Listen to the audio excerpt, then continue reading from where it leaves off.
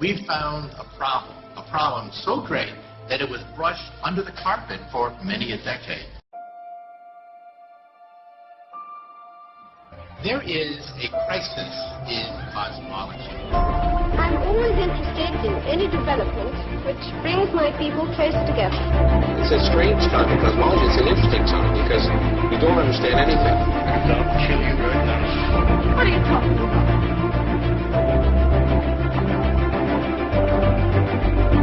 The good thing about science is that it's true whether or not you believe in it.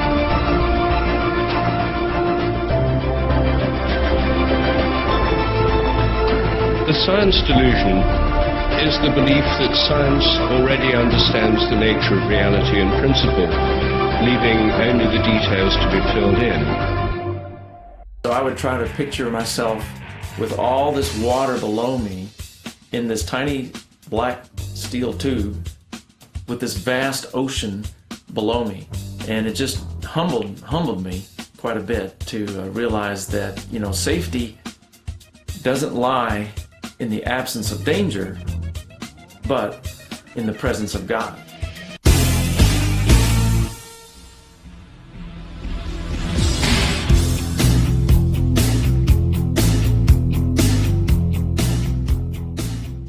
Understanding and repeating orders is very critical on a submarine. Everything in a submarine is very precisely controlled. What happens if you get a leak on that? Then you have a leak. You just have a leak. And what you would do is... You lose air. Yeah, you would probably seal the whole cupola off. With submarines, everything is based off of how critical it is to the boat, because it can't perform its mission if those people do not know what they're supposed to be doing. And if there's a situation that occurs, then the person who finds it has to know what they're doing. And then there's probably a plan, I don't know off the top of my head, but there's probably a plan for replacing the mechanism. Might require a spacewalk. Everything in a submarine is very precisely controlled. What happens if you get a leak on that? Then you have a leak. Because it can't perform its mission if those people do not know what they're supposed to be doing. There's probably a plan, I don't know off the top of my head, but there's probably a plan. And if there's a situation that occurs, then the person who finds it has to know what they're doing, which is where the submarine qualifications come into play. I want to go to Blow Alert. Okay. Thank you. A leak in a spaceship is never a good thing. Today, the space station crew scrambled to patch a tiny hole in a docked Soyuz capsule to stop air from escaping. The Soyuz may have been hit by space debris. NASA says the crew is not in any danger. Man battle stations.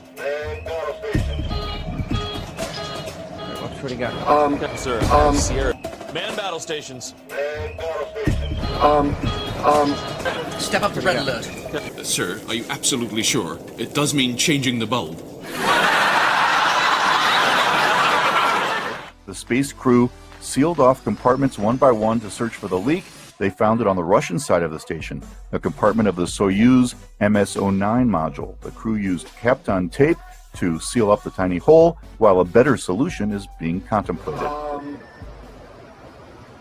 Tape to seal up the tiny hole. Yeah, you would probably seal the whole cupola off. Crew used Kapton tape to seal up the tiny hole. Very precisely controlled.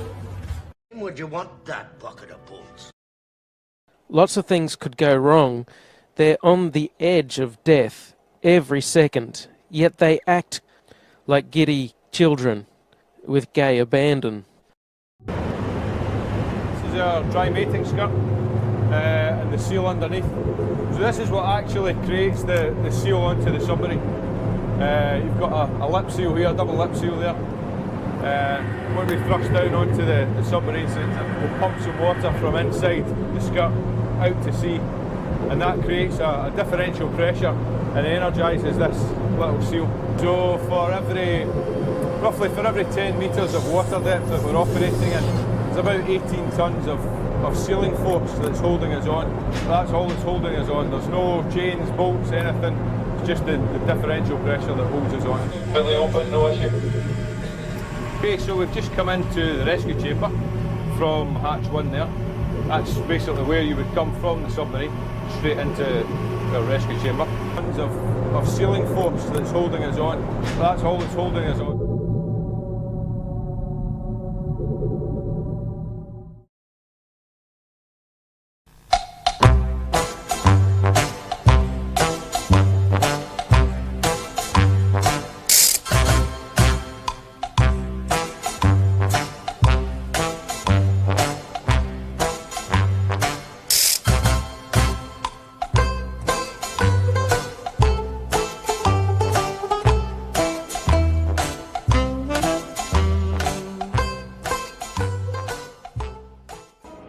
Piece of junk. Your eyes will definitely cry in space, but the big difference is tears don't fall.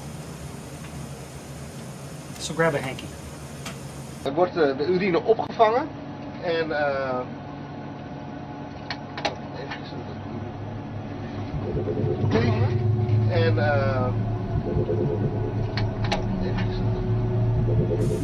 tears don't fall.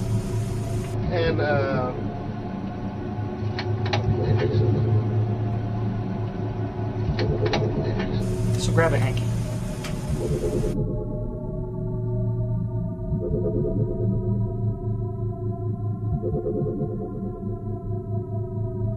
Obviously there would be some equipment that they could only fix from the outside, but a lot of these spacewalks, it seems like equipment they easily could have configured to be accessible from the inside of the International Space Station.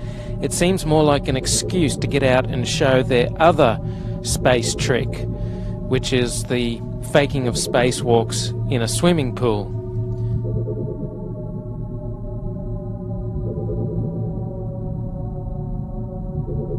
It seems like equipment they easily could have configured to be accessible from the inside of the International Space Station. So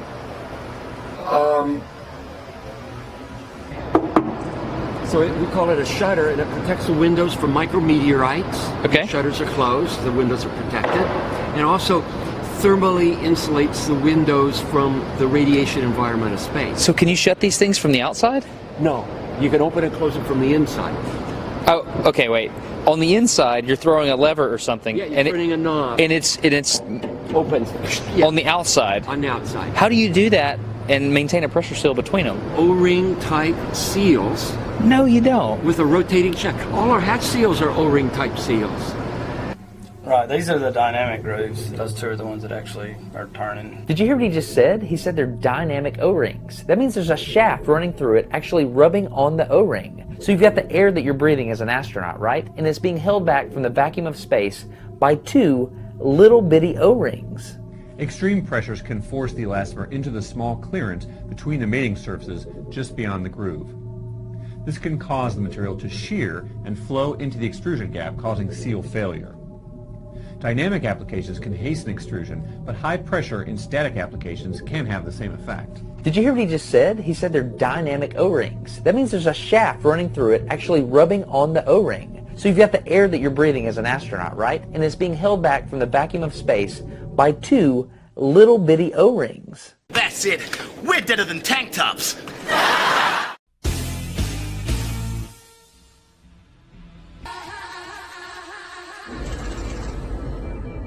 This is Houston. What's your position? Over. Roger, Houston. I've sealed section 6 of vector 9 by increasing the...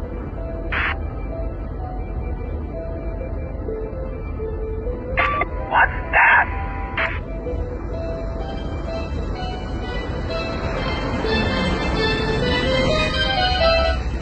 Hayırlı işler, kolay gelsin. Ne oldu, yolda mı kaldınız? Talking to us, Chuck. Houston? Aygaz, Aygaz. I guess? Anlamadı, dil bilmiyor. Ya, you astronot, I gaz. Tüp. Tüp tabi. Tüpler uzayda. Abi sipariş geldi. Abisi sipariş geldi. Sipariş beklemez. Biz bir ışık hızı gidip gelelim. Adamlar şaştı kaldı ya. Alışacaklar Hamit. Aygaz'dan dünyayı şaşırtan teknoloji. Aygaz Express'te tüm siparişleri... I had asked you to debate one of them flat Earth guys. No, I don't. I can't. No. I know. We talked about it, and we were gonna have him on Skype. No. No.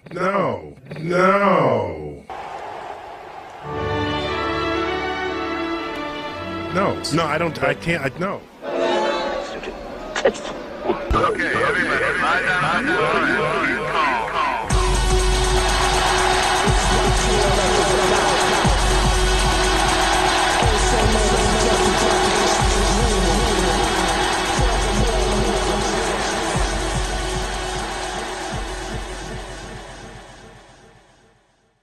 Every other astronaut, hundreds of them, are called astronauts, and we still say they went into space. And what that means is they went into low Earth orbit. Oh, that's just awful.